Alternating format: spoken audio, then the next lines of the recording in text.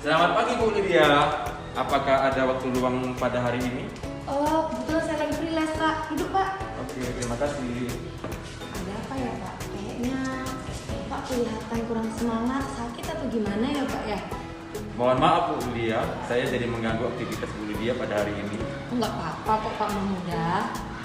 Kalau boleh saya tahu, permasalahannya apa ya, Pak? Coba Bapak ceritakan apa yang sedang Bapak rasakan sekarang. Begini Bu Lydia, saya butuh seseorang untuk mendengarkan keluh kesah dari permasalahan saya Bu Lydia. Apakah Bu Lydia bersedia membantu saya? Iya, Pak Mahmuda. Jadi, apa ya kira-kira yang bisa saya bantu Pak Mahmuda? Dan apa yang Bapak inginkan dari pembicaraan kita ini? Sebenarnya saya hanya ingin mendapatkan solusi dari permasalahan yang sedang saya hadapi Bu Lydia. Kalau boleh saya tahu, permasalahannya apa ya, Pak? Coba Bapak ceritakan apa yang sedang Bapak rasakan sekarang. Bu Lydia ingat nggak, beberapa hari yang lalu saya kan disupervisi pengawas di kelas. Terus waktu disupervisi saya mendapat teguran dari pengawas Bu. Loh, kok bisa, Pak? Lalu, apa yang membuat Bapak ditegur sama pengawas? Kalau menurut saya masalahnya hanya sepele Bu. Sepele? Maksudnya sepele yang gimana ya, Pak ya? Saya ditegur waktu supervisi, proses mengajar saya yang dikritisi Bu. Proses mengajar yang gimana maksudnya ya, Pak? Bisa Bapak jelaskan lebih rinci lagi sama saya? Ibu pengawas yang supervisi kemarin tampak keberatan Bu Lydia karena saya mengajar tidak menggunakan buku teks. Lalu bagaimana tanggapan Bapak dengan respon ibu pengawas tersebut?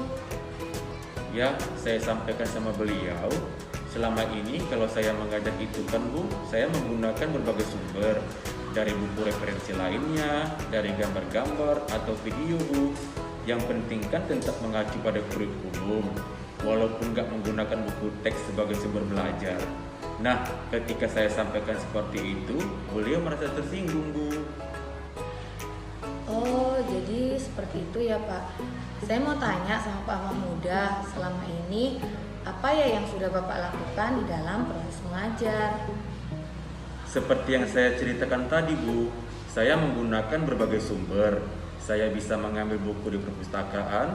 Saya juga sering menampilkan video cara-cara menggambar, menunjukkan macam-macam gambar ilustrasi, gambar-gambar komik, video dari YouTube tentang bagaimana bermain musik.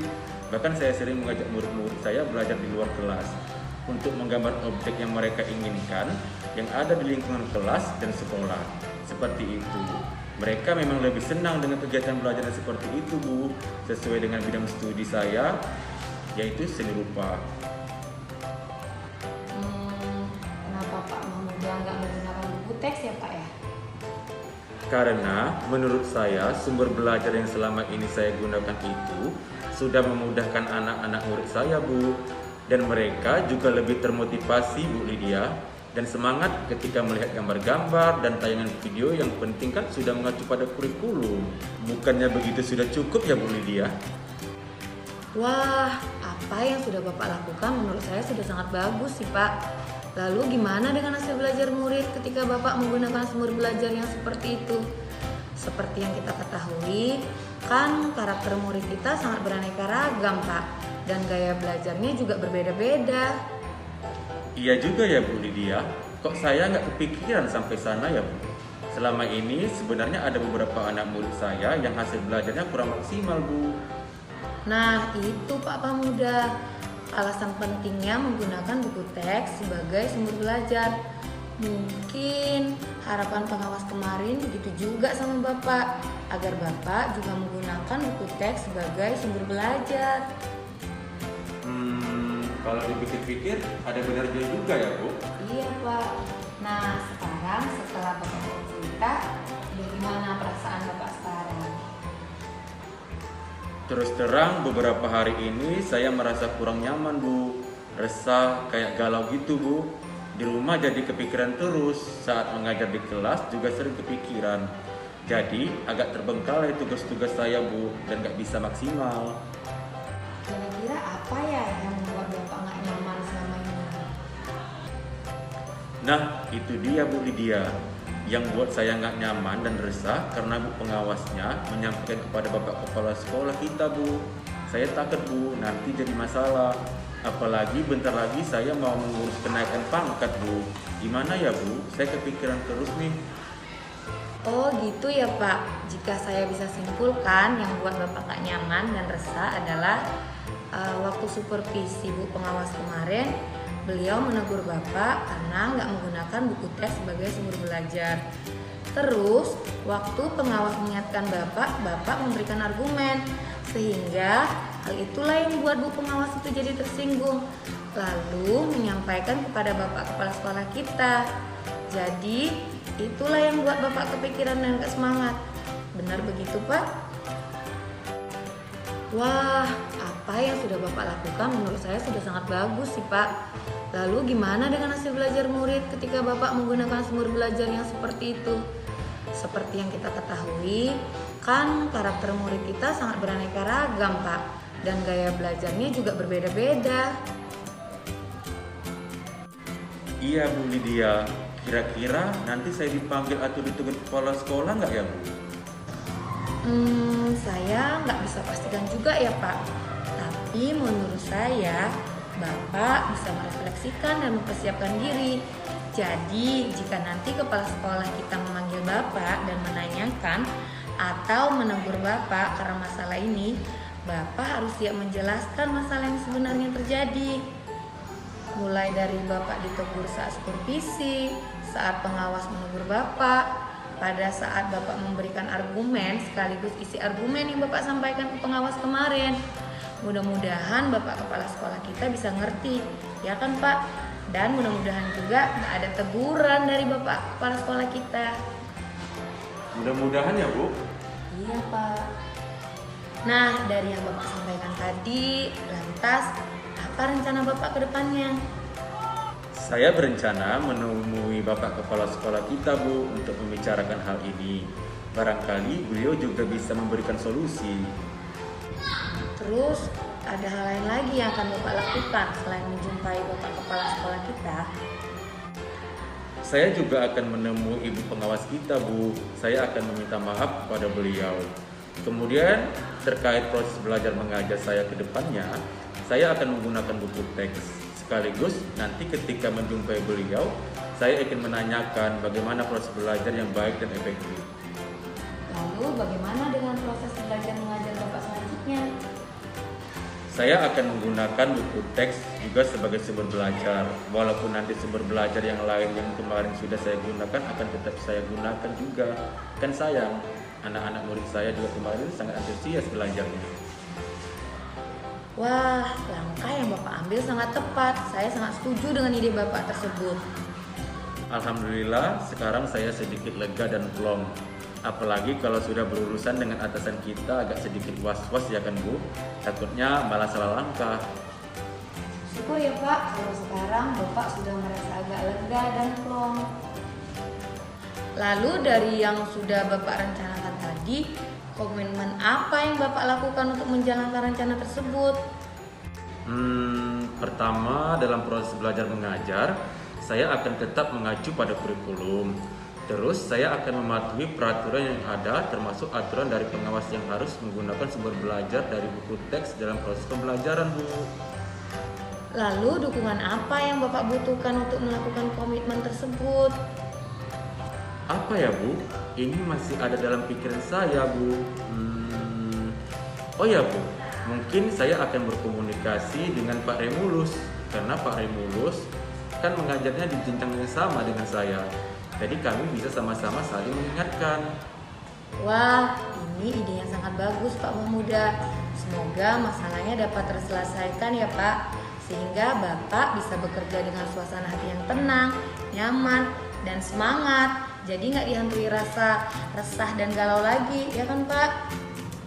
Amin. Terima kasih banyak ya Bu Lydia. Terima kasih banyak untuk waktunya sudah mendengarkan keluh kesah saya, sehingga saya jadi merasa sedikit lega. Mudah-mudahan kita nanti bisa menjadi teladan bagi anak-anak murid kita. Amin. Semoga ya Pak. Terima kasih Bu Lydia. Terima kasih kembali Pak Mahmuda.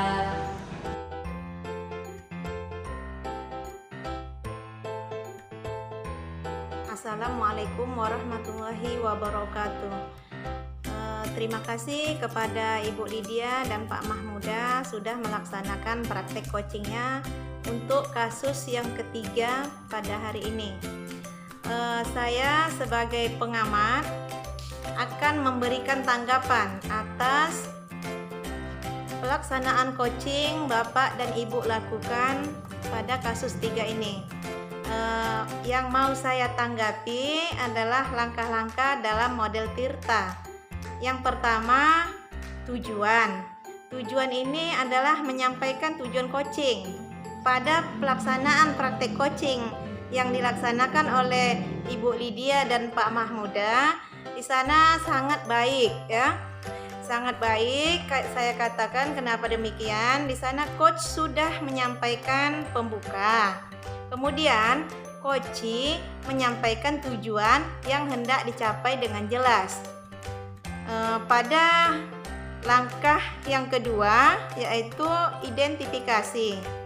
Identifikasi di sini memberikan pertanyaan-pertanyaan dan umpan balik yang mengarah pada identifikasi potensi coach. Yang dilaksanakan oleh Ibu Lydia sebagai coach dan Pak Mahmuda sebagai coach baik. Pertanyaannya sudah bersifat terbuka dan mampu mengeksplorasi coach dengan memberikan tanggapan yang jelas.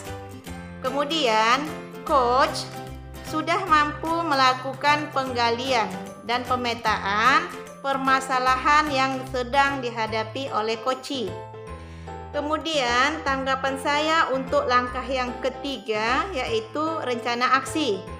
Pada rencana aksi adalah memberikan pertanyaan-pertanyaan dan umpan balik mengenai rencana aksi coach dalam menyelesaikan permasalahannya. Nah, pada praktek coaching yang dilakukan oleh Ibu Lydia dan Pak Mahmuda, di sana saya mengamatinya sudah sangat baik. Kenapa demikian? Karena pertanyaannya sudah bersifat terbuka dan mampu membimbing coach untuk dapat mengembangkan potensi-potensi yang ada pada diri coach dan memberikan ide-ide atau alternatif solusi mengenai rencana aksi coach dalam menyelesaikan permasalahannya. Pada langkah terakhir yaitu tanggung jawab. Pada tanggung jawab ini memberikan pertanyaan-pertanyaan dan umpan balik mengenai komitmen coach dalam menjalankan rencana aksinya. Yang dilakukan oleh Ibu Lydia dan Pak Mahmuda dalam coachingnya di sana sangat baik ya. Kenapa demikian? Karena pada saat coaching berlangsung, coach sudah mampu memberikan pertanyaan-pertanyaan dan umpan balik mengenai komitmen coach dalam menjalankan langkah selanjutnya. Kemudian dan untuk mengembangkan ide-ide ataupun alternatif solusi mengenai rencana aksi coach dalam menyelesaikan permasalahannya. Nah, kesimpulan saya ataupun tanggapan saya dari keseluruhan praktek coaching yang dilaksanakan oleh Ibu Lydia dan Pak Mahmuda adalah sangat baik. Kemudian kesimpulan saya, coach dan coachee sudah sangat berinteraksi dengan baik. Terima kasih kepada Pak Mahmuda dan Ibu Lydia sebagai coach dan Pak Mahmuda sebagai coachee-nya. Terima kasih sudah melaksanakan coaching untuk kasus yang ketiga. Assalamualaikum warahmatullahi wabarakatuh.